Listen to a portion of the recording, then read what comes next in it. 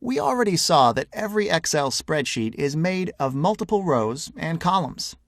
Now is the right time to learn some operations that will allow us to modify rows and columns in Excel files.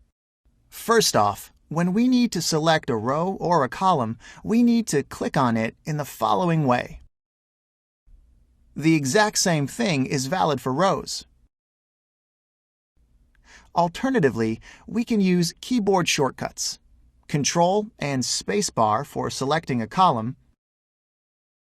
and Shift and Spacebar for selecting a row. Shortcuts allow us to work much faster. Now that we have selected a row or a column, there are several things we can do with it. We can select its size by dragging its border. We can insert a column on its left by using the right mouse button and then clicking on Insert. Finally, we can delete the respective column through a right-click and the Delete button. If you need to set a column or a row's size to a precise number, you can use the column and row width commands. By right-clicking on a selected column, I can find the column width command. Here it is.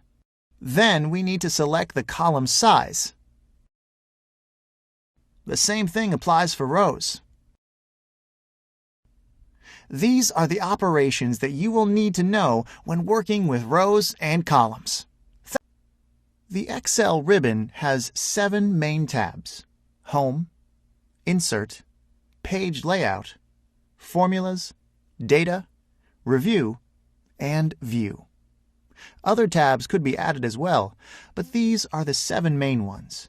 Each tab contains commands that you will need when working with Excel. In this video, I'll try to quickly walk you through their content. The Home tab contains some of the most frequently used commands. It includes buttons such as Cut, Copy, and Paste. Most of the formatting options should be found here as well.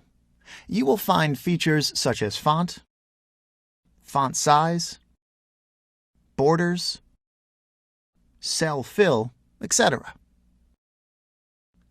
The Insert tab will let you add objects to your workbook. You can insert pivot tables, pictures, charts, etc. In some of our later videos, you will learn how to work with pivot tables and create professional charts. Page Layout contains options that help you organize the way the content of your sheet appears.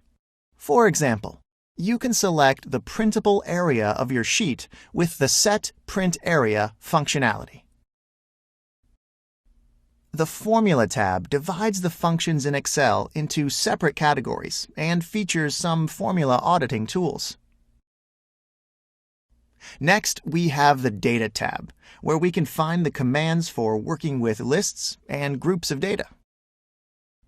This is where some of Excel's data management tools are, such as filtering, cell grouping, and data sorting. Then there is also the Review tab, which allows you to proofread, comment, and protect your Excel spreadsheets. Finally, we have the View tab.